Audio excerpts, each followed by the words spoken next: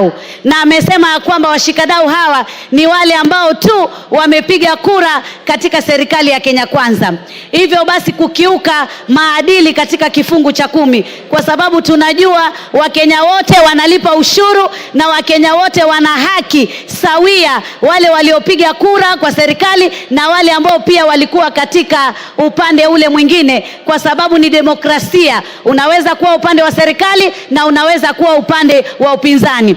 Vile vile pia tunaona katika kifungu 147 kinasema ya kwamba yeye atakuwa ni msaidizi mkuu wa rais katika serikali, na msaidizi mkuu pia atakuwa ni naibu katika zile kazi ambazo rais anazifanya. Lakini je, vitendo vyake vimeonyesha mambo hayo? Vitendo vimeonyesha ya kwamba yeye si msaidizi. Kuna wakati ule wa Gen Z, wakati rais ametoa hotuba hapa Nairobi ya kutoa mwelekeo wa kitaifa na jambo lile, yeye alikuwa Mombasa akitoa hotuba ambayo ilikuwa inazungumza tofauti na ile hotuba ya rais, na hapo pia akatia fitina katika taasisi zetu za kiserikali na kumlaumu Bwana Nurdin Haji. Kwa hivyo imeonyesha ya kwamba yeye ni kama anachukua nafasi ile ya rais, hachukui ile nafasi ya kwamba yeye ni msaidizi.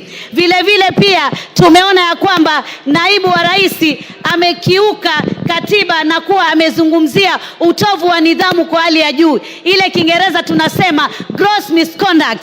Kwa mfano, aliita mmoja wetu Mheshimiwa Jematia na kumuita malaya. Unapoita mwanamke yoyote malaya, umeita wamama wote wa Kenya malaya.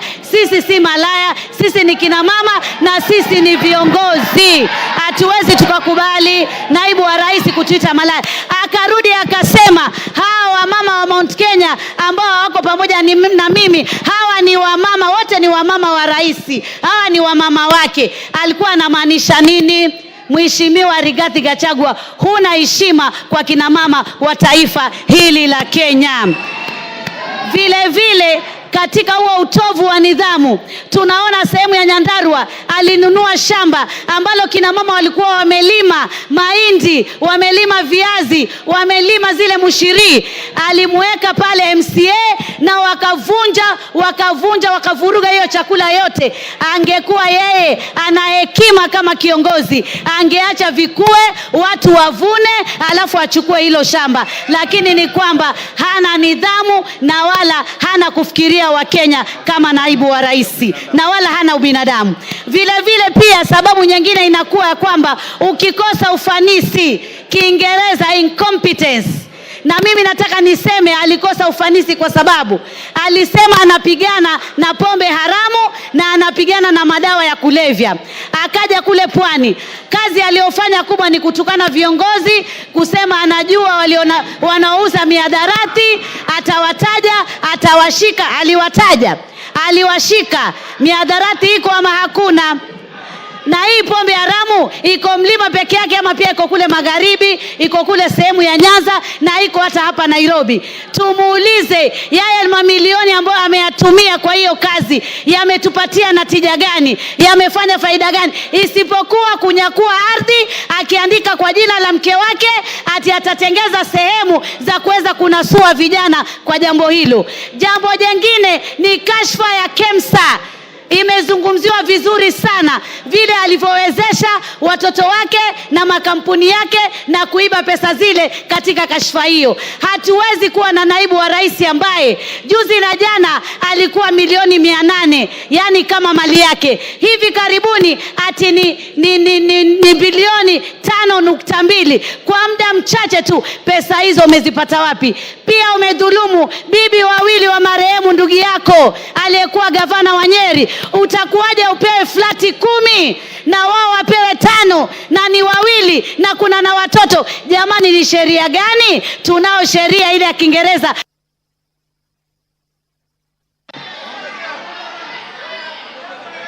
Give her 1 minute. Tunajua hiyo sheria imezungumzia wakati mume amekufa, yani ni mabibi na watoto ndio wanaorithi. Sasa wewe itakuwaje uchukue huo urithi wote? Mpaka hoteli umechukua, ati uliandikiwa, ati ndugu yako alikupa. Jamani, Jamani, wewe kama makamu wa rais, muogope Mwenyezi Mungu na ujue ya kwamba hatuko hapa sisi katika ukabila. Tukiangalia act ile ya National Cohesion Integration Act inazungumzia yoyote atakayetumia maneno ya matusi, maneno ya kutishia ili kuweza kuleta bughudha katika makabila, yeye anatakikana ashtakiwe na amefanya makosa. Rwanda juzi na jana, matamshi ya kikabila yaliwatia katika vita vikali vya kikabila, na wewe leo unataka kuleta vita katika taifa la Kenya. Tuliona molo clashes, na hata wewe unasemekana ulikuwa kwa hiyo maneno. Tuliona Time up, Mishi. Faith Gitau.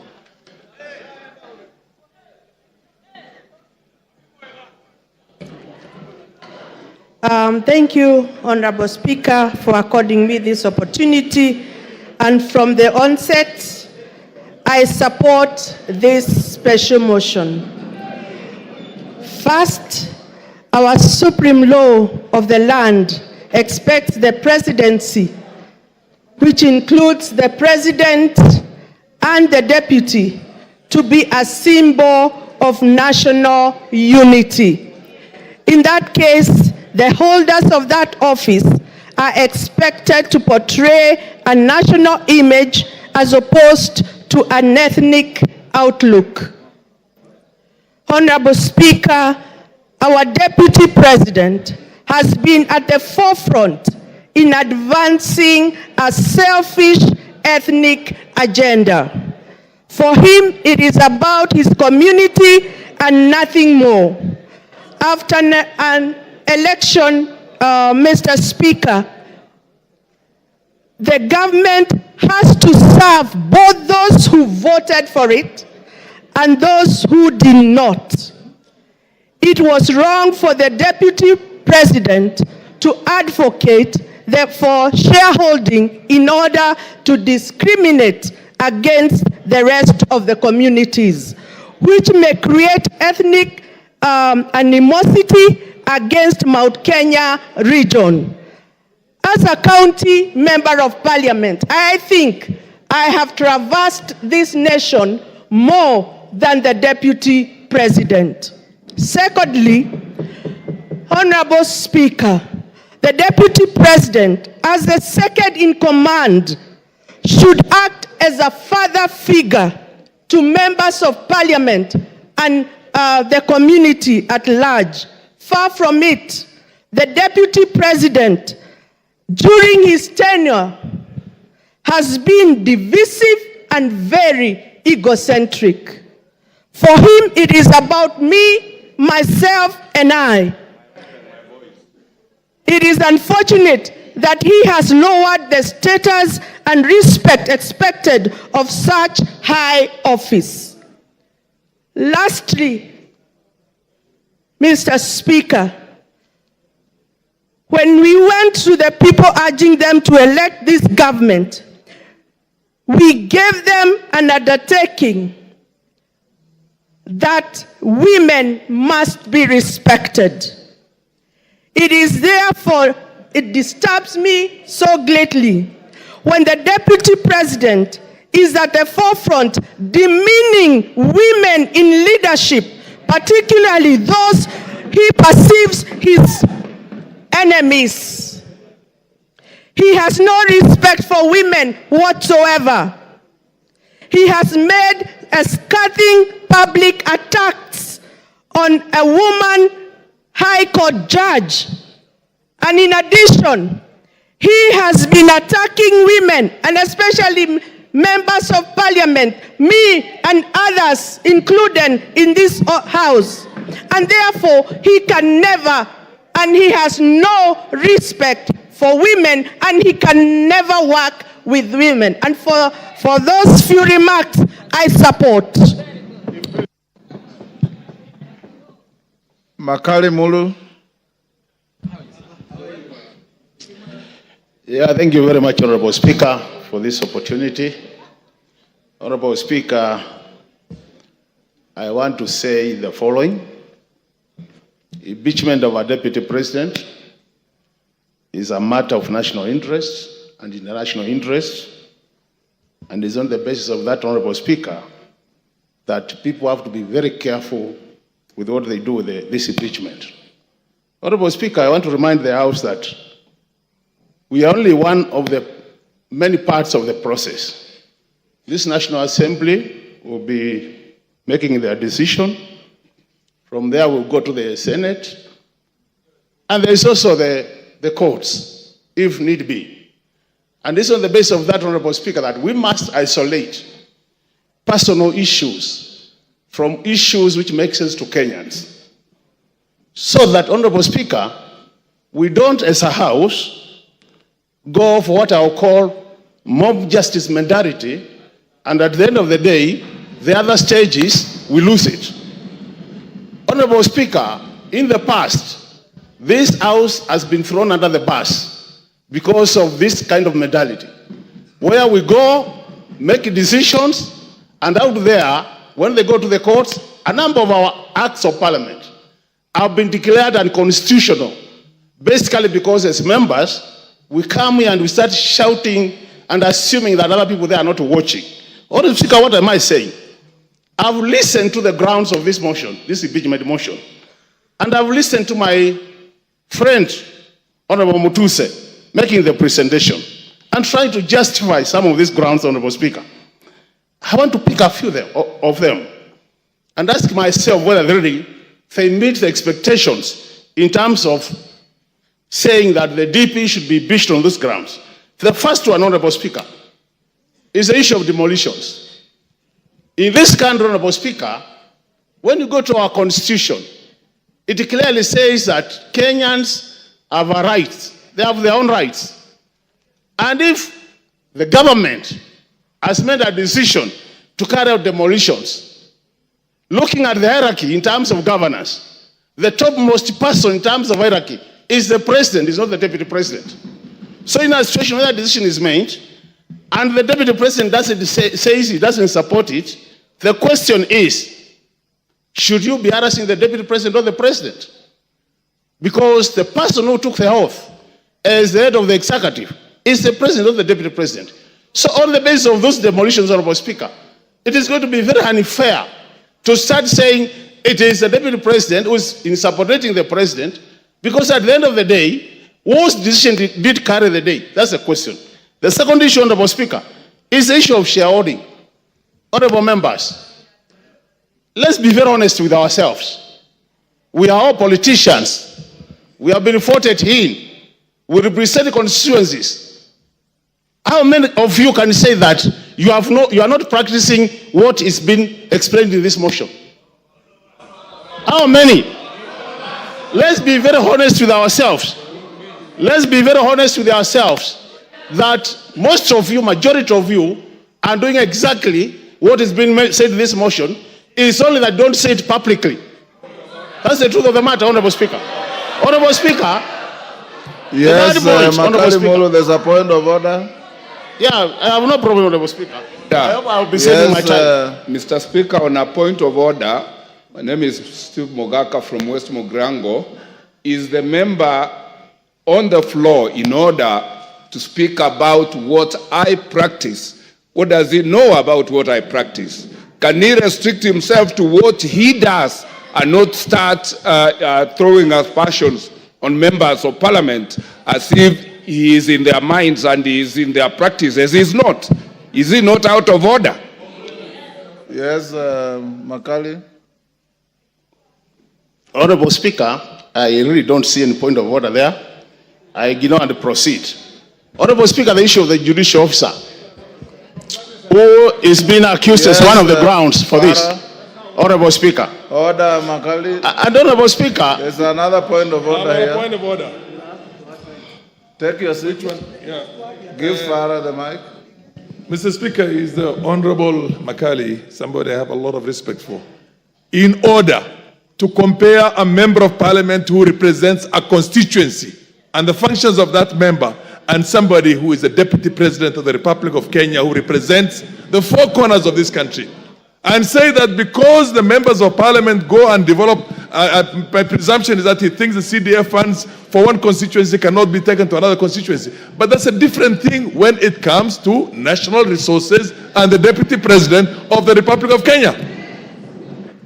Makali, wind up, your time is up. You know, Honorable Speaker, I have this honor just to drive me to not to say what I wanted to say, Honorable Speaker. I can see a very deliberate move to curtail me from saying what I want to say. Do you want Honorable Speaker, from Nimrod Mbai? Honorable Speaker, you know the thing is, Honorable Speaker, and Honorable Speaker, you need to protect me on a serious. You have been protecting everybody who has spoken.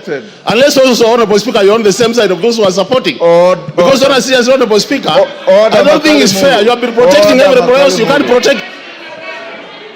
Order, Honorable Makali Mulu. Order, Honorable Makali Mulu. You've been sitting here since we started. Order, Makali. Not a single previous speaker attracted a single point of order. If any came, the speaker will allow it. Not a single person raised a point of order. In fact, I'm being gracious by asking you, Nimrod Mbai wants to inform you, do you want this information? If you don't want it, you go on. But for you, order, Makali Mulu. You know, when you lose your cool, you also lose the argument. So just be composed, say your bit. The speaker has no dog in this fight. Just say what you want to say, finish, and we give space to somebody else. And any member who wants to stand on a point of order, it's within your standing orders. He has said he doesn't want your information. Go on. You know, Honorable Speaker, with all due respect, people have been making their contribution here since morning. Nobody has been shouting point of order. So, and it's my democratic position to oppose the motion. Order. Honorable Speaker. Go on. Honorable Speaker, I've been elected by the people of Kitui Central to come to this house 3 times. And nobody can assume that I cannot make my contribution. Honorable Speaker, I've been saying, on the matter of judicial officer. Wind up. The judicial officer has been accused of corruption-related matters, Honorable Speaker. And there is a court case, or as we are speaking. Are we running away from accountability as a country? When do we allow the courts to do their work up to the conclusion that as a house we want to make this as a ground for impeachment, Honorable Speaker? This is what we are saying. There is separation of power, Honorable Speaker, and we should respect that. The other thing, Honorable Speaker, the entity of officers been called by the DP. Just called. How many of us here since morning have been called by the President? How many of us here since morning have been called by the Deputy President, pleading with us to either support or oppose? Can you be impeached on that note? On a serious note, we need to be. I'm saying, Honorable Speaker, from where we are seated as a house, you go for mob justice mentality, you lose it at the top there, you are trying to reduce the credibility of this house to the lowest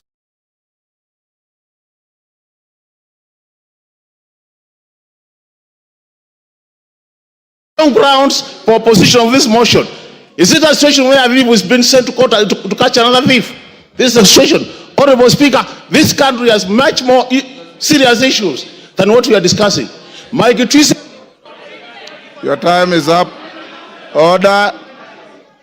I will now order. Take your seat. Order. Robert Mbai. Mbui. Order, Robert Mbui. Give him 1 minute to finish. Yeah, Honorable Speaker. So I was saying, Honorable Speaker, Kenyans have said that Kitui Central in particular has said, kufa makanga, kufa ndereva, kufa mechanic. Because Kenyans are more serious issues. And when they die, we want a new renewal of this country, Honorable Speaker. This idea of mob justice, we are not going to allow it in this country. Kenyans have more serious things. I oppose, Honorable Speaker. Millie Odhiambo to speak to the public participation report.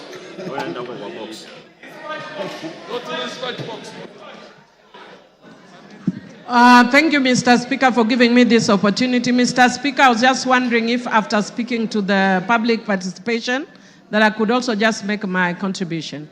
You have 15 minutes within which you have to speak to all those. Okay, thank you, Mr. Speaker. Mr. Speaker, I'll try. Mr. Speaker, earlier on in the morning, I had tabled before the House. I am Is it vertically challenged? You are loud enough. Go on. Thank you, Mr. Speaker. Mr. Speaker, I was indicating that earlier in the morning I had presented a report of a public participation on the proposed removal from office by impeachment of His Excellency Rigathi Gachagua, EGH, the Deputy President of the Republic of Kenya. Honorable Speaker, this is following the notice of a special motion by Honorable Mwengi Mutuse and in line with Article 1182 of the Constitution.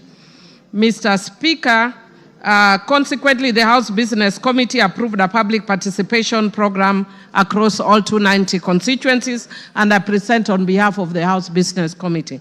Mr. Speaker, I'll speak to the issue of the legal framework of public participation. And Mr. Speaker, Article 10(2) of the Constitution provides for the participation of the people as one of the national values and principles of governance. Mr. Speaker, Article 118 of the Constitution requires Parliament to ensure public access and participation of the people in its affairs. I will not go to the details, and we can read it for ourselves because of time. Mr. Speaker, I wish to note on my own behalf that in quasi-judicial proceedings like this, public participation is not really necessary, even though the courts are pronounced that they are. In my view, they are not actually necessary in a quasi-judicial processes like this, because, Mr. Speaker, it's almost like saying that the judiciary needs public participation in making their decision. Having said that, Mr. Speaker, I also want to speak to the issue of timelines. And, Mr. Speaker, Parliament has spoken very clearly on the issue of timelines, under Standing Order 64(2). And in summary, Mr. Speaker, I would want to say, if you read the standing order, that there are very strict timelines for a process or a motion like this. And, Mr. Speaker, in setting the period, the National Assembly was guided by the need to preserve the overarching constitutional principle of acting without unreasonable delay. The special motion for removal from office by impeachment of the Deputy President was therefore processed in accordance with the timeline set out under Standing Order 64. Mr. Speaker, in buttressing the necessity for expedited consideration of special motions, previous speakers of the National Assembly of Kenya expressed themselves on the question of timelines for considering special motions by the House when the special motions were filed proposing the removal by impeachment of the then Cabinet Secretaries, Honorable Anne Waiguru, Honorable James Macharia, Honorable Kaimenyi, and more recently, Honorable Mithika Linturi. In all the foregoing instances, the Speaker emphasized the need to dispose of a special motion as soon as is practicable to remove the anxiety of hangman's noose from the neck of a state officer proposed for impeachment. Mr. Speaker, you have seen the level of anxiety that the Deputy President has undergone, and indeed when he was actually giving the press statement yesterday, he was almost in tears. And that is why the House hastens the process so that the emotional turmoil is lessened having gone through this process, Mr. Speaker. Mr. Speaker, the Clerk of the National Assembly published advertisements on the on the 2nd, 3rd, and 4th of October and invited written submissions via hand delivery, post, or email until the 5th of October 2024. Mr. Speaker, all these were also advertised on the 4th of October and extended to the 5th in each constituency. To assist in this exercise, a public view template was made available to the public in both English and Kiswahili to guide submissions. On the 3rd and 4th of October 2024, 40,000 copies of the public view templates were also circulated as newspaper pullouts. This template was designated to provide clarity and precision in responses, whether for or against the motion. Number 2, to supplement other means of public input. And 3, to ensure both qualitative and quantitative feedback was captured, which is actually as has been directed by the courts in the past. Mr. Speaker, I just want to indicate that many means were used, including radio, TVs, and other means to publicize this process, including Twitter, or formerly, currently X, or formerly Twitter, and Facebook pages. Mr. Speaker, the public was invited to submit views either in support or in opposition of the special motion, or offer other views. Mr. Speaker, I wish to laud Kenyans for their growing consciousness on their civic rights and duties. Mr. Speaker, people participated in various ways, as was witnessed both on electronic and social media, Mr. Speaker. And Mr. Speaker, many Kenyans who are participated very expressively. Mr. Speaker, I think many of us saw people expressing their views in many ways, some of which I will explain later. However, Mr. Speaker, by the nature of newsmaking, we saw the areas where the views were expressive, but much less in the areas where the views were not that expressive. Mr. Speaker, if you look at the report, and I want to download the parliamentary team, they have even captured photos of members of the public giving their views in constituencies very peacefully. But Mr. Speaker, as I want to repeat, that by the very nature of newsmaking, what we will see are the dramatic scenes. And those we saw, I don't think it is shame as such, it's their right, and they can share. Mr. Speaker, I wish to indicate I wish to report that based on all that, over 200,000 responses were received, of which 65.1% supported the motion, while 33.81% opposed the motion, and 1.09% offered neutral or other alternative views. Mr. Speaker, some of the members in contributing have actually alluded to some of those alternative views. I've heard the speaker right before me talking about the issue that Kenya has very many pressing issues. Mr. Speaker, indeed it is true, Kenya has many pressing issues, and as a House, we are already seized of those issues and are indeed already dealing with some of those issues. One of those issues that the Parliament has raised is the issue of education, the education system, and we have called the CS for education more than 2 times to deal with that issue. Again, on the health issue, we have also invited the CS for health amongst other officials. So indeed the House can chew and walk at the same time. Mr. Speaker, when a motion is brought of this magnitude, Parliament, by its own standing orders, must stop everything else and give priority to this motion. And that is why Parliament stopped all its business on Thursday and focused on this, and all members of Parliament went to their constituencies to deal with this issue. Mr. Speaker, I wish to indicate that given that this is a very special public participation process, a first of its kind, Mr. Speaker, since the Constitution was promulgated, there were some challenges, but which did not affect the overall product of public participation. Mr. Speaker, some of those challenges were as follows.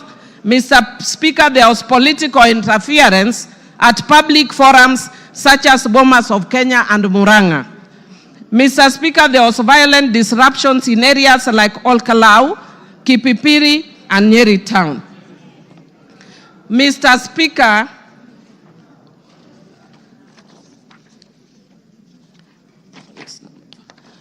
Speaker, there was incomplete or unclear submission, including forms without identifying information or contradictory responses. Mr. Speaker, there was low turnout in some constituencies due to insecurity, such as in Bura. Mr. Speaker, public expectation for monetary compensation for participation was also experienced. Mr. Speaker, there was late submission of forms and memorandum in some instances. There were threats of violence towards officers and inappropriate language in some email submissions. And Mr. Speaker, there was pressure from some constituencies such as Olkalau and Kipipiri for officers to declare results prematurely. On the whole, Mr. Speaker, most places in the country went on uninterrupted. And the results that I just indicated to you, Mr. Speaker, are based on that. Mr. Speaker, because of time, and I would like other members to speak, I would want to invite members to look at the report that has been tabled by the House Business Committee. Mr. Speaker, I'll just speak very briefly on my own account. Mr. Speaker, I wish to indicate on my own account as a member of Suba North constituency that what we are going through post-2010 constitution, I want to agree with the honorable member that has spoken and said that it's a very important process, because indeed it is. Mr. Speaker, it is a defining moment constitutionally and a first of its kind since 2010. It is both a legal and a political process. Mr. Speaker, the Supreme Court in the Sonko's case confirmed that impeachment is not just about civil liability or criminal culpability, but it's about accountability, political governance, as well as policy and political responsibility. Mr. Speaker, I'll speak very briefly to that in the end, but I want to speak to the issue of grounds. I'll be very brief, Mr. Speaker. Mr. Speaker, there are 3 grounds that have been given under Article 150 of the Constitution. Mr. Speaker, I want to speak to the issue, the 3rd ground, which is gross misconduct. Mr. Speaker, I have actually looked at the Constitution and there is no definition of gross misconduct. I have looked at our laws and there is no definition of gross misconduct.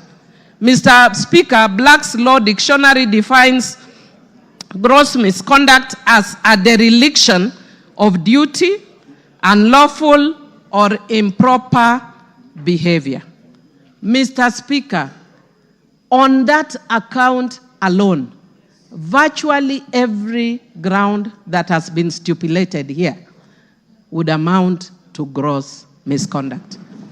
Mr. Speaker, speaking as a governance expert, perhaps it's one of the areas we may want to change in future in the Constitution. Because I was saddened when Nancy Baraza was removed from office for just touching somebody's nose. Only. Even pinching. Yeah? Touching somebody's nose. So, Mr. Speaker, what I would like to say, Mr. Speaker, is based on these grounds, it is easy to impeach. Mr. Speaker, if you just had me 1 minute, please. Mr. Speaker. Okay, you have 1.5. Thank you, Mr. Speaker. Mr. Speaker, I would just want to say that I've been by nature, I know I'm a very tough person, but by very nature, I'm also very empathetic. And I've been sympathizing a lot with the Deputy Speaker, especially, Deputy President, sorry, especially when he prays, because I'm also a prayerful person. But Mr. Speaker, I would want the Deputy Speaker to learn from this. Deputy President. Sorry, Deputy President. Sorry, I don't know why I keep going to Honorable Gladys. Mr. Speaker, in my book which I've just released, Rigo Berigged, Principle 9, the power of words, taming the tongue. Mr. Speaker, if the Deputy President had been quiet, he would have carried many people in this house. But he did not tame the tongue. And every time he spoke, he's just showing further and further division of the country. And I feel sad as a country that many people, even my friends, because I have many friends in Central Kenya, who are calling me, are not calling me from a governance perspective. They are telling me, please save us Mount Kenya. Mr. Speaker, when will we ever reach a point as a country when we look at governance issues and not ethnic parochial issues that have divided the country for a long time, Mr. Speaker? Mr. Speaker, I do empathize with the Deputy President, and I wish the hand he extended to the President, he had done it much earlier. Mr. Speaker, I hope he learns from the experience of Coriolanus of ancient Rome, who had won many battles, and his fame preceded him. But when he got in politics, his mouth brought him down. Mr. Speaker, I support. Gladys Sholay, not information. There's nobody on the floor. Speak. You wanted to speak. Okay, but just allow me to correct one issue that has been raised twice on the issue of Nancy Baraza. Nancy Baraza was alleged to have pinched the nose of someone. It was never confirmed. The CCTV footage did not reveal it, and she was found with no guilt on that point. So as a woman leader, I want to correct that. Nancy Baraza served this country faithfully. So let us correct the Hansard. Thank you. Go on. Honorable Speaker, I can proceed. Thanks, Gladys. Go on. Yes, I am. Okay. Honorable Speaker, thank you very much. And again, before I proceed to support this motion, allow me to clarify just one issue. I have been accused by the Deputy President of bias, indicating that I cannot preside over these impeachment proceedings because I am biased. I want to confirm that when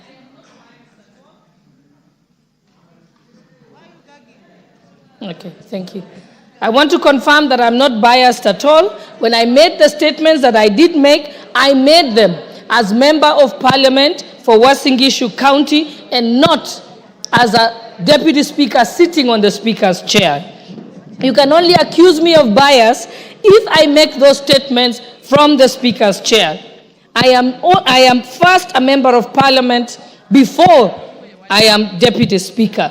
If the law contemplated a situation where I am gagged as Deputy Speaker, I would have been expected then by that law to resign like the substantive Speaker does in that case.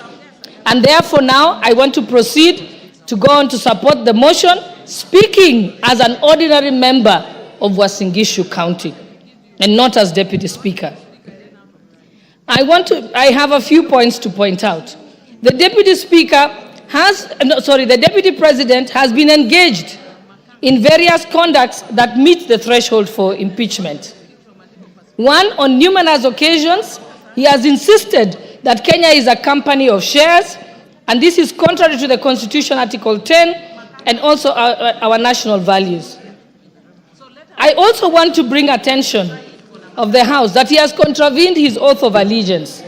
When he took his oath of allegiance, he says, in full realization of the high calling, I assume as Deputy President of the Republic of Kenya, I swear and affirm that I will be faithful and bear true allegiance to the Republic of Kenya.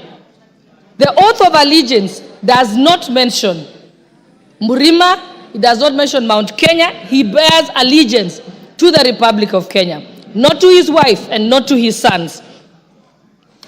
So he has gone against his oath of allegiance. I also want to go on to refer to the press conference that the Deputy President held in Mombasa on the 25th of June, 2024. In that particular press statement, he distanced himself from the Finance Bill 2024. As a member of cabinet, in his position as Deputy President, he is collectively responsible for all the decisions that are made in cabinet, and therefore, in distancing himself, he violated Article 153 of the Constitution. The Finance Bill, as we know, is the overarching legislative document that underpins the revenue-raising measures for the executive in order to achieve its programs. if the Deputy President did not agree with the decision of Cabinet on the finance bill, he ought to have held his peace and his tongue or resigned as a member of the Cabinet. There is no two ways about it. And furthermore, by the mere fact of holding a presser at a time when the country was in crisis, when the President has addressed the nation, he went on to have his own one-man show of a presser. That is the greatest definition of gross misconduct. It is pure insubordination. No one can do that.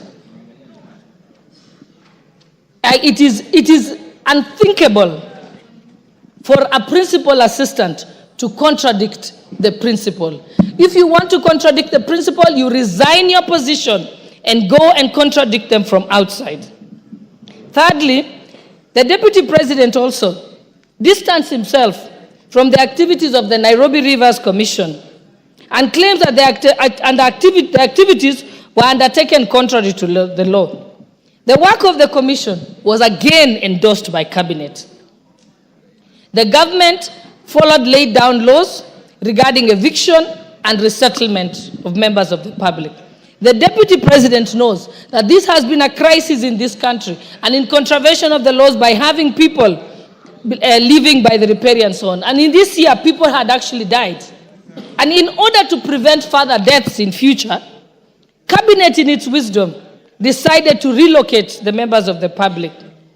And again, he again failed to take collective responsibility with Cabinet, did not resign, but went on to countermand the decisions that had been made in Cabinet. Furthermore, he has taken an oath of secrecy and therefore cannot publicly divulge what was decided in Cabinet. Again, there he has contravened the law.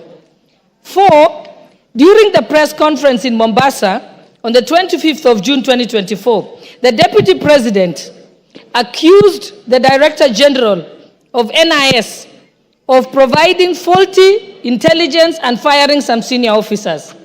As a state officer, and most importantly, as a member of the National Security Council.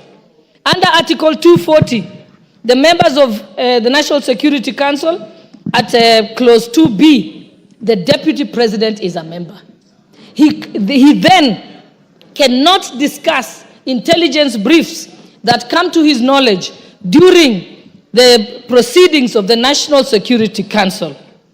Again, with that, he has gone against the Official Secrets Act and his oath of secrecy. And even if he had any reservations, he has opportunity as a member of the National Security Council to raise it at the Security Council proceedings and even to raise it to the President in person, but not to come as if he's an ordinary citizen who is in the opposition and then speak about it in public. That is wrong. In fact, it is juvenile. It reveals him as a person who is unhinged and cannot control their tongue. 5, during the rally in Githurai, Nairobi, which was presided over by the Deputy President, with some members of Parliament present, he was involved in leading chants that said, Ruto must go. Ruto is a one-term president. He never denounced those statements. What that amounts to is that he is guilty of treason and other allied offenses. That is the Penal Code, Section 40. And I will read it out, just that there is no doubt. It says that any person owing allegiance to the Republic of Kenya or else of Kenya, if they compass, imagine, invent, devise any deeds with the intention of the death, the maiming, the wounding, the imprisonment, or restraint of the president is guilty of treason. So Rigathi Gachagua is guilty of treason. And and it also amounts to gross misconduct. So the Deputy President cannot therefore expect to remain in his office as Deputy President when his party, to efforts to remove the President, to undermine the President, and to campaign against the President. His tenure as a principal assistant is not tenable by any interpretation or meaning. And 6, during his appearance in church in Meru, the Deputy President insinuated that if he is removed, the tribes of Kenya who are native to the Mount Kenya area will revolt and be violent. Again, that is treason and other allied offenses. And he also goes against the National Cohesion and Integration Commission Act with his utterances that relates to ethnic profiling. And even as late as yesterday, if I had any doubt in my mind that Rigathi Gachagua must be impeached and removed from office as Deputy President of the Republic of Kenya, he made it very, very clear yesterday. Yesterday, he went on to disclose details of the Kenya Kwanza pre-election pact. This is contrary to non-disclosure agreements that were signed by parties. And without any due regard to these non-disclosure clauses, and without seeking consensus from other principals who are party to those pacts, he went on to sing like a parrot on national television. That is unbecoming behavior of a person who holds an office as high as that of the Deputy President of the Republic of Kenya. And lastly, I want to point out that all the violations that I have set out in support of this motion were brought upon and the evidence said by the Deputy President himself. This is not from anywhere. It's from his own very utterances. Practically, this is what the Deputy President has done. He has dosed paraffin on himself and he has lit the match all by himself without the help of anybody else. And so he has only himself to blame. I support this motion. Thank you, Honorable Speaker. Adan Kainan. Thank you, Mr. Speaker. Mr. Speaker, from the onset, allow me to thank the Honorable Mutuse for being courageous, for being focused, and I'm sure in annal of the history of this country, Mr. Speaker, and the history of the 13th Parliament, Mr. Mutuse, you will be appreciated. Mr. Speaker, having said that, I've also gone through this impeachment clauses, Mr. Speaker. The 11 clauses, Mr. Speaker, are cogent, are rich in evidence, Mr. Speaker, and clearly demonstrate the actions, the omissions, the commissions of the Deputy President. Mr. Speaker, I've had an opportunity to reflect, because there's one thing that the DP has been using, that is a truthful man. I went back to the ironic definition, how a truthful man is supposed to be described in the Bible, in the Quran, in the civil society, Mr. Speaker. And in those definitions, Mr. Speaker, I have missed an iota of resemblance on anything that I can associate with those actions and the activities of the Deputy President, Mr. Speaker. Mr. Speaker, these clauses, we are a member of Parliament. We as members of Parliament, Mr. Speaker, our work is to protect the Constitution. Our work is to oversight, and our work is to do one of these things that have been demanded today by this impeachment, Mr. Speaker. Mr. Speaker, in all these clauses, the common denominator is the DP has abused his office through corruption, through tender pre-lawyering, through disparaging and disobeying his boss, through undermining devolution, and Mr. Speaker, equally also by being a threat to our sovereignty. Mr. Speaker, this country is a collection of many nation states. The Kikuyu nation, the Somali nation, the Luya nation, and this is what we are proud of, Mr. Speaker, and this is what constitutes the sovereign Republic of Kenya, Mr. Speaker. Mr. Speaker, the other day, and I want to repeat this, and you will excuse me for saying this country has a very rich history. In 1982, one gallant son from northern Kenya called Gerald Mahmoud saved Kenyans from militarism. And I think we all appreciate he's still alive. Mr. Speaker, in 2007, another general by the name General Muhammad Ali saved the Kenyans from the effects of the socio-political turmoil of 2007. And Mr. Speaker, the post-election violence. In 2024, another son from that region, Nurdin, has also saved this country from the effects and activities of Rigathi and his cohorts, Mr. Speaker. Mr. Speaker, that doesn't take away the contributions of many other Kenyans. Mr. Speaker, in all this, what I have gathered, and we have been in Parliament together, we are doing a favor for Rigathi. We are doing a favor for the executive, members of the executive. We must save Rigathi from the members of the executive, the other members, because he's a threat to their continued performance of their job, Mr. Speaker. We must also save Rigathi from the members of the judiciary because he keeps on attacking them, Mr. Speaker. We must also save Rigathi from the members of the legislature because he attacks them, Mr. Speaker. We must also save Rigathi from the 47 tribes, Mr. Speaker, because he keeps on attacking them. Mr. Speaker, we must also save Rigathi from the remnants of Mau Mau because he keeps on abusing their name, Mr. Speaker. We must save Rigathi, Mr. Speaker, because he abuses our ladies, Mr. Speaker. Mr. Speaker, we must also save Rigathi from the people of Mount Kenya because he abuses their names and he wants to have them collide with other Kenyans, Mr. Speaker. Mr. Speaker, isolate them, Mr. Speaker.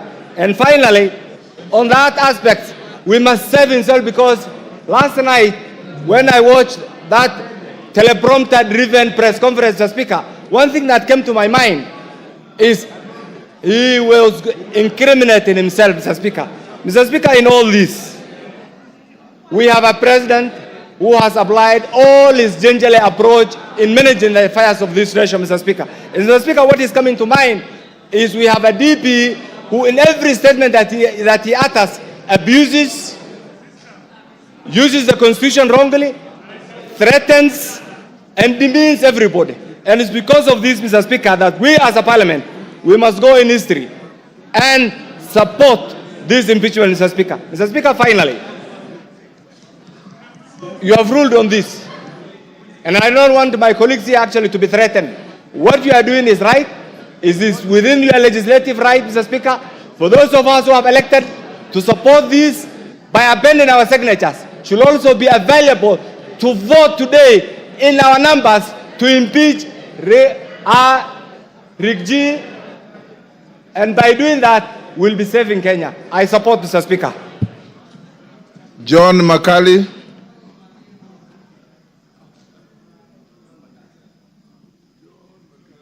John Makali. Give me the mic. For the opportunity you've granted me to also weigh in on this motion. Honorable Speaker, we are facing a constitutional moment where our constitution is being tested. At the outset, let me state that I have nothing as against the Deputy President or where he comes from. But Honorable Speaker, the Deputy President is not an ordinary person. The Deputy President is actually the second in command in our nation. Before he assumes office, Article 74 of the Constitution requires him to take an oath of office. And Honorable Speaker, I have looked at the oath of office of the Deputy President. It requires him to be faithful to the Republic, to give counsel and advice to the President without fear or favor.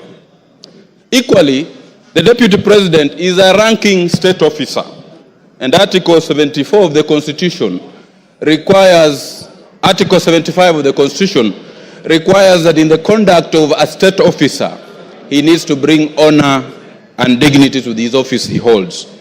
Honorable Speaker, looking at the grounds that have been availed, I want to state here categorically, Honorable Speaker, that the Deputy President has violated the Constitution and his oath of office.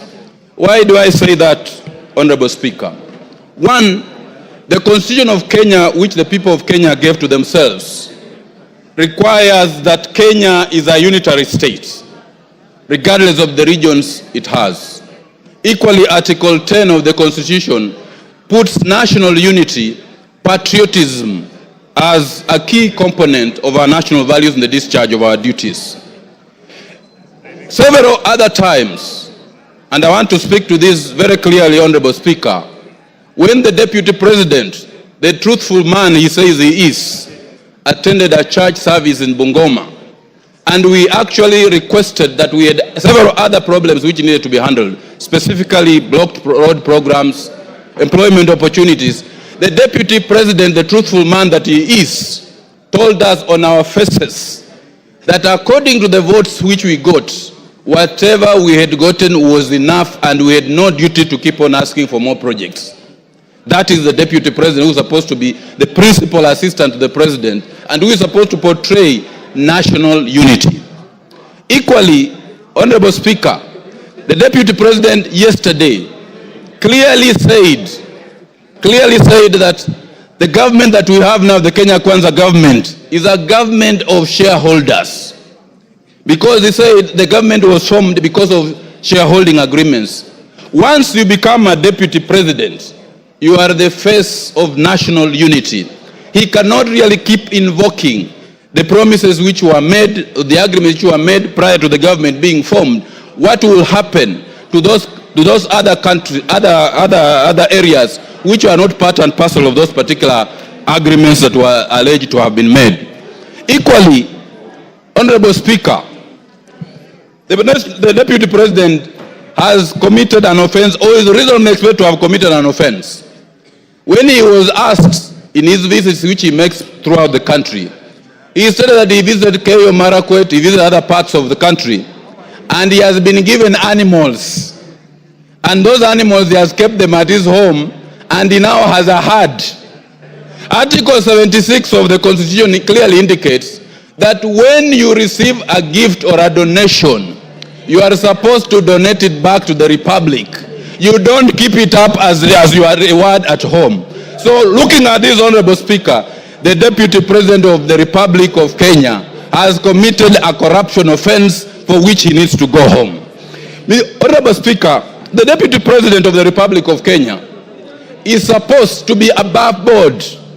He is supposed to be the number 2 citizen who needs to preach national unity. He is supposed to be the president in waiting.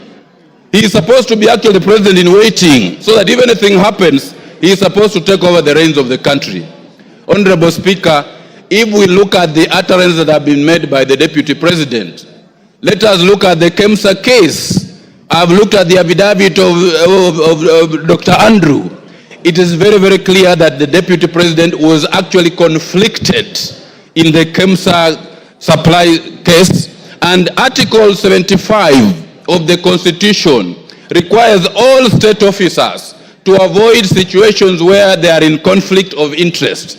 And in leading this, the Deputy President should be at the forefront of avoiding situations where he falls in a situation where there's a conflict of interest. Taking into account all these 11 grounds that have been made, I have no doubt on my mind, Honorable Speaker, that for his arrogance, that for his breach of the Constitution, that for his defiance, that for his statements, that for his conduct, he is not a truthful man as he pretends to be, and we cannot have such a person as the Deputy President of the Republic of Kenya. It is high time, Honorable Speaker, that we now seize the dragon of tribalism, we now seize the dragon of ethnicity, we now seize the dragon of regionalism and slay it and get our nation moving forward. Honorable Speaker, I rise to support this particular motion and say the Deputy President of the Republic of Kenya must go and we have start up a fresh page. I support, Honorable Speaker. Julius Ole Sunguli.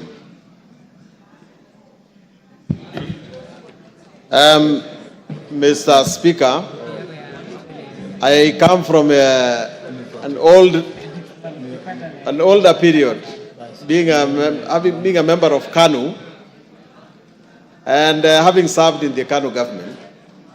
And I find some things rather difficult to understand. Because, Mr. Speaker, this position of Deputy President is a new one. It came in 2010. The position of Vice President had very, very good gentlemen. I still recall the way the office was occupied by the Honorable, unfortunately late, George Saitoti, Kijana wa Malwa, and indeed, the fine gentleman that we have in politics now, Honorable Kalonzo Musyoka. Those people, Mr. Speaker, understood their job. If I were to stand today and accuse the Honorable Rigathi Gachagua, I would accuse him of only one thing. He does not get it. This particular job, he does not know the job description of a deputy president. For one, Mr. Speaker, the Constitution of Kenya says that there shall be a president. And then that president will be assisted by a deputy president. Now, assisted by a deputy president. That means, Mr. Speaker, that our Constitution foresees a situation where we have one driver and one makanga. And one is not trying to do the job of the other. Now, how did we get into a situation, Mr. Speaker, where we now have two bosses in the country? We have the president who is the boss, and we have the deputy president who says he's also the boss. Now, if there is something that we have to do in this house is to resolve that dispute. The country cannot run when we have... Give Wamchomba the mic. Yes, Mheshimiwa. Mr. Speaker, I rise on a point of order to just ask whether the word makanga is parliamentary. I just need a clarification. The word makanga, whether it is parliamentary language. Is the member in order to use that kind of language today? Honorable Wamchomba. Order. Yes, Millie. Yes, Millie. I don't know if Honorable Sunkuli has allowed me to inform you. Yes, Mr. Speaker, I just wanted to inform Honorable Sunkuli that you can use those words so long as you put in inverted commas, because you are reporting. So when it is reported, like in the case where people are talking kufa makanga, kufa dereva. Mr. Speaker, I even wanted to speak to it by saying that it is actually people saying that are crucifying the DP. By saying he should kufa, the motion here is on the, in quotes, makanga. It's not on the dereva. So people want to bring the motion on the dereva in quotes, can bring, but the one we are dealing with now is on makanga. But for Honorable Wamchomba, language is dynamic. It's living. It grows. That's why you now find Kiswahili words in the Oxford English Dictionary. And by ordinary usage, every single Kenyan knows what makanga means. And Sunguli was not mixing languages. He spoke in the manner like he was quoting. I will definitely need another extra time. But Mr. Speaker, so our Constitution foresees a situation where the president and the deputy president operate in harmony. Now, Mr. Speaker, if your principal job is to assist the president, and your marriage with the president is now irretrievably broken down, the only purpose of this house is to say that there is actually no more marriage, and that the deputy president can no longer perform his duties as a deputy president.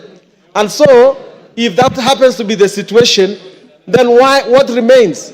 I remember the late President Moi telling us that the problem with Africans is that they don't resign until they are kicked out. In this particular situation, because the marriage is irretrievably broken down, it ought to be the case that the deputy president ought to say, as a gentleman, that this thing is not working, I'm going to leave it. He has said that this is like a company. And in a company, people exist in order to have a common good. And the mixture of strategy and vision and deep understanding of their core business is what will bring fruits to this job. Mr. Speaker, I believe myself that there are two mistakes that have been made here that need to be looked into by this House. One is that the Deputy President ought to believe in the Republic of Kenya. Because if I look at the number of times, if I Google the number of times the Deputy President has pronounced the word Mount Kenya, and the number of times he has pronounced the name Kenya, the number of times he has said Mount Kenya are more than the times he has said Kenya. A person who takes the oath to be the Deputy President of Kenya must be a person who pronounces the words Kenya more than the one person who pronounces the words of his region. Patriotism. And secondly, the person must actually believe in his boss and must... Give him 1 minute. Mr. Speaker, if your core business is to work for your boss, you must believe in him. If you don't believe in him, what are you doing with him? The second thing is that you must believe in Kenya. If you don't believe in Kenya, that you believe that your responsibility is to look after the shares of your side of Kenya, then what are you doing with the rest of the country? Mr. Speaker, I want to finish by urging that next time we appoint a deputy president, next time the president appoints a deputy president, let him understand that that is a serious business. You must appoint a person who will actually understand that he's going to be a president if something bad happens. Don't do it just because he brings votes. Let us be serious about this responsibility, because that is where we are going wrong. Someone is saying that he qualifies just because he brought in the votes, not because he can actually appeal to the rest of the Kenyans and can be trusted by the rest of Kenyans. I therefore, Mr. Speaker, vote to impeach. Osoro. Thank you very much, Honorable Speaker. Honorable Speaker, from the onset, I want to state that I support this motion entirely without putting or proposing to put a comma or full stop on any ground that has been placed here, Honorable Speaker. Honorable Speaker, I want to remind the honorable members that Clinton was almost impeached, or the impeachment attempt against Clinton in 1998 was out of the Monica Lewinsky. Read your history properly. He was actually impeached. Exactly. Monica Lewinsky matter. Of course, it was overturned later by the courts and other issues, but I'm saying it was out of that scandal, the very small scandal of the sexual scandal in White House. Honorable Speaker, I want first to start by proposing this question, Honorable Speaker, to honorable members. How would you feel that when you eventually transit to the next world, you are dead, that your brother or the person that you choose to entrust to take care of your wife and your children's property decides to start using those property for his own personal use? As members, how would you feel that? That is the question that honorable members should be making, should be answering themselves before they vote today, later today, Honorable Speaker. Honorable Speaker, the late Governor Rigathi Gachagua passed on 24th of February 2017. Between 2017, Honorable Speaker, to 2024, it is indeed true that the late governor then, amongst Mwai, Madenge, and Joroge, he entrusted Mr. Rigathi, the Deputy President, as the executor of his will. But, Honorable Speaker, between 2017 and 2024, the property that, and this is, Honorable Speaker, is in the documents that Mwengi Mutusa has shared, Honorable Mwengi Mutusa has shared with us and tabled in this House, that between 2017 and 2024, he's been able to alter or tamper with those companies, make himself directors in some of those companies, transfer some of those properties to himself. disinherit some of the beneficiaries, the kids of the late, and put them to himself. And then one particular case, Honorable Speaker, is the Olive Garden Realtors, Honorable Speaker, that was actually altered on 2nd of March 2022, using the position of power to his own advantage, Honorable Speaker. How can you explain that? He will then tell you, Honorable Speaker, that I bought, it's willing buyer, willing seller. Really? Does it mean that all your money that you've acquired, which is also questionable, the only property that you could identify is the property that is under the care or is supposed to help the family and the widows of your late brother? How wicked can we be? Then you come in full glare of camera and tell the members of the public that please let my brother rest in peace. I decided to hold this property in trust for them, when the brother, the kids, the widows, and the daughters and sons of the late are languishing in poverty and complaining and crying. It is total shame. You cannot use your position for that. Honorable Speaker, these are practical examples, and I'm telling honorable members to acquit themselves and go through ground 7, Honorable Speaker. It is actually on page 16 to 30. This is nothing but gross violation of the law, Honorable Speaker, taking advantage of their own power, Honorable Speaker. Honorable Speaker, and even to prove that, you will realize that those companies, by the time the companies some of them were being registered, the new ones, and the time the transfer of these properties were taking place, Honorable Speaker, the whole thing is actually contemporaneous. You need not to be a rocket scientist to know that clearly this is fraud and this is this was taking advantage of the late. I want to remind the Honorable Deputy President of the good book in the book of Proverbs chapter 15, verse 25, that the Lord will tear, that's what the Bible says, that the Lord will tear down the house of the proud, but he will establish the boundary of the widow. That is why we are here today. If there is no other reason that has brought us here, Honorable Speaker, it is to protect the family that is being disinherited of their property under coercion, blackmail, and threats. If there is no other reason, Honorable Speaker. And that is why, Honorable Speaker, even it's actually biblical again. In the good book, Honorable Speaker, of the book of Exodus 22:22, that do not take advantage of the widow, do not take advantage of the fatherless. If you do, and they cry to me, I will certainly hear their cry, and my anger will be aroused, and I will kill you with the sword. Today, we are using the sword today here to protect, and it is biblical, it is religious. Today, we are using the sword to impeach you, just to protect the children that are suffering, that you threatened, that you blackmailed, that you told that if you dare speak or utter a word, I am the Deputy President of Kenya, elected by 7.2 million people. I will finish you. Finish who? We will finish you today in this floor of the House. Honorable Speaker, I mean, there is nothing more for me, Honorable Speaker, on this matter. There is nothing more than cabinalism. I mean, really, like you are left under the care of the properties of your brother. Then you take them to your advantage. Your immediate brother. Then on TV you tell us that in the will, my brother gave me, and then he gave my wife, then he gave my sons. What about his children? What about his widows? What about his sons? How proudly can you say that you are only enjoying the property of your brother? For that reason alone, Honorable Speaker, we say Gachagua must go. If there is no other reason, today Gachagua must go.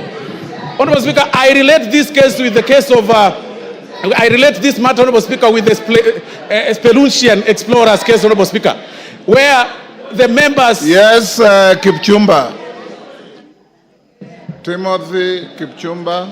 Honorable Speaker, I rise pursuant to Standing Order number 91 on the issue of statement of facts. Honorable Speaker, is it in order for the Honorable Soro to claim that the Honorable Rigathi Gachagua disinherited the wife of the late brother? Honorable Speaker, can you table the facts before this House that he disinherited? Honorable Kipchumba, order. Order Osoro. Honorable Kipchumba. Those are the facts that the move of the motion placed on the table. It appears you probably were not in the House then. Finish up, Osoro. Honorable Speaker, I'll refer the Honorable Member to pages 16 to 30 of this very motion that was tabled in this House, Honorable Speaker. And these are facts. And I've also said that, Honorable Speaker, on this particular matter, the threshold is on the 2/3, and we're also working on the balance of probability. We are looking at this matter on how the facts relate or place themselves on the table from the transfer of the properties and also the registration of the companies. I mean, it is clear, the facts are contemporaneous. Nobody, unless you don't need to be a rocket scientist to identify this whole thing, Honorable Speaker. And that is why, Honorable Speaker, for this reason, for this very reason, Honorable Speaker, I want to say that I support the impeachment. Please, let's make it early. Even if it is 6, Rigathi Gachagua must go. TJ Kajwang will be the last for the morning. Mr. Speaker, just confirm to me that I can see that there is 1 minute to the hour. Thank you very much. Mr. Speaker, I rise for a very simple reason, that if there is any member who came in this chamber believing that we or the members are going to impeach the deputy president without reason, they can listen to us and we can give them the reasons why we stand noonday to make this presentation. First of all,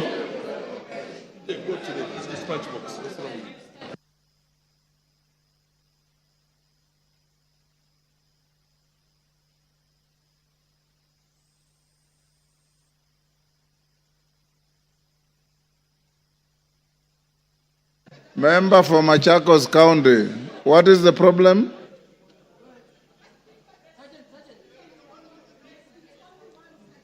What about the dissenting voices, Shuan? The Speaker has no way of knowing who is dissenting. Yes. Go on, Kajwang. Yes.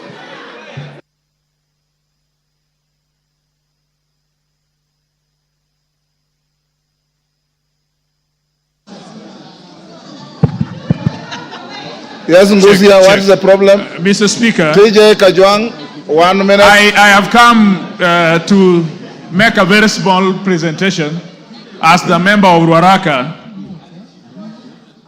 First of all, having seen that the motion has been signed by 291 members, this House, single constituencies are 290.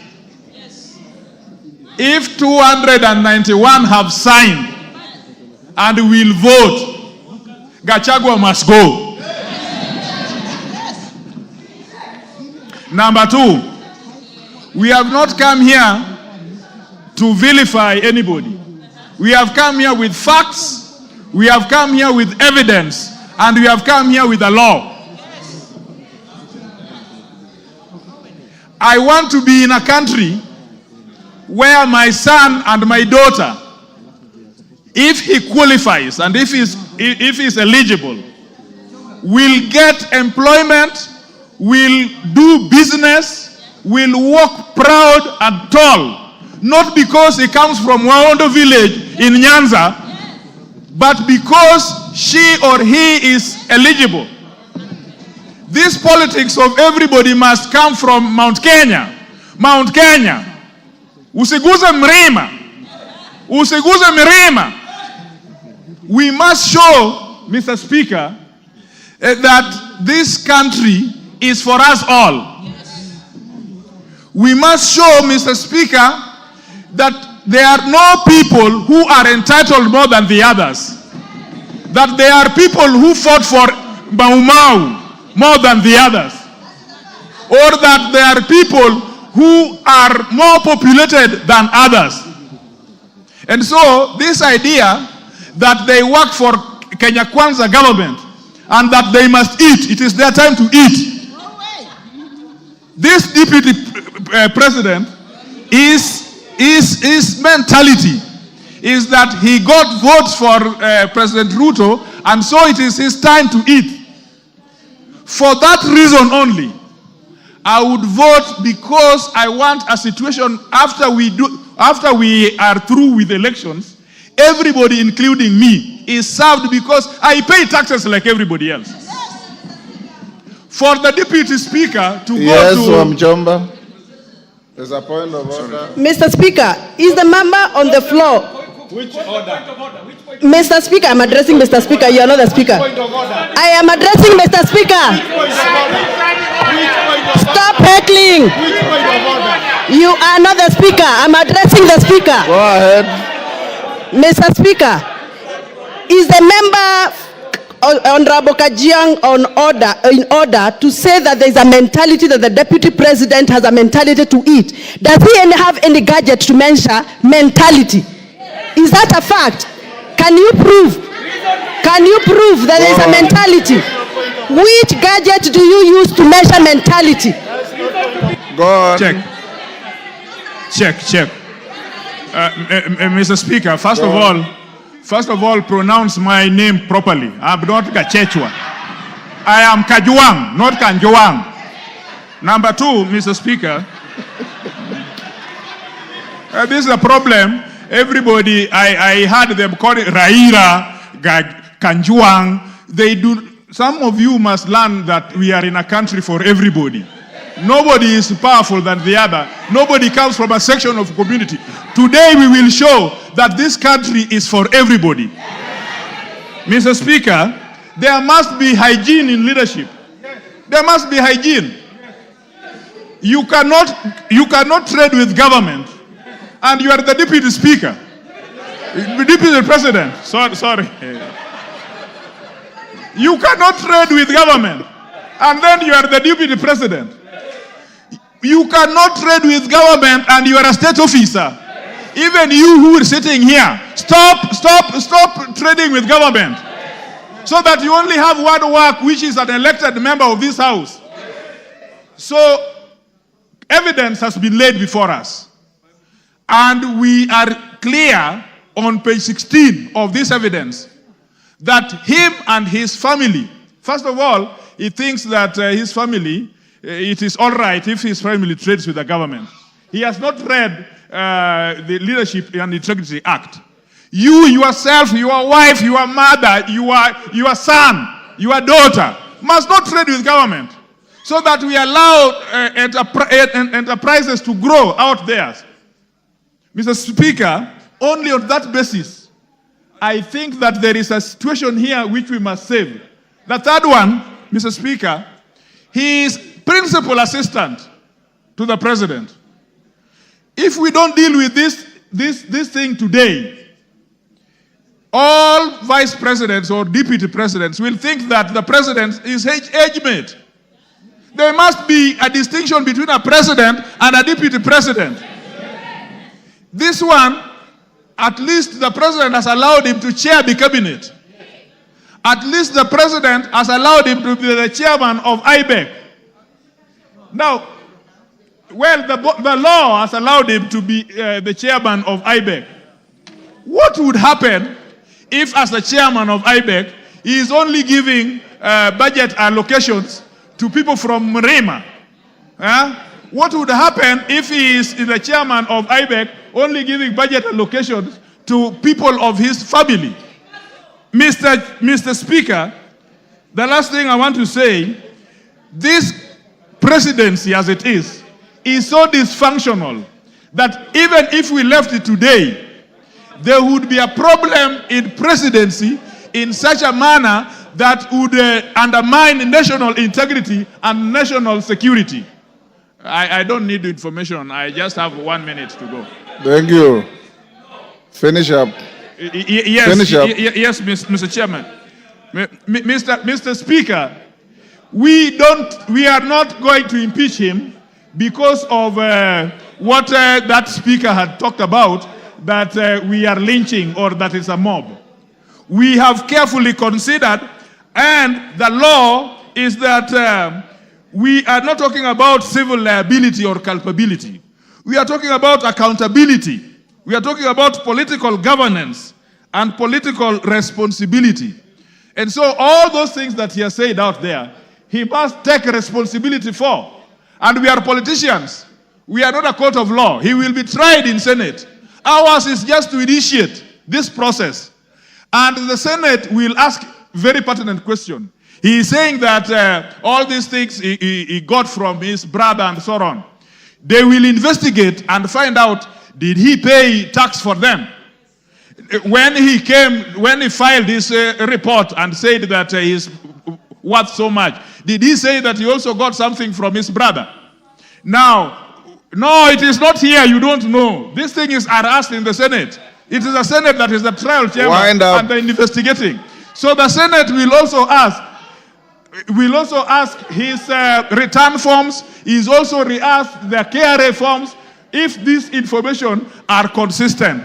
And so, in all the evidence that I've seen, in all the charges I've seen, I return a verdict that Gachagua must do what? Gachagua must do what? Gachagua must do what? Order, members, will you be upstanding?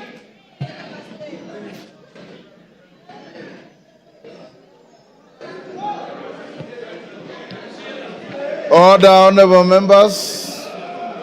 It is now 1:09 and the House stands adjourned until 2:30 this afternoon.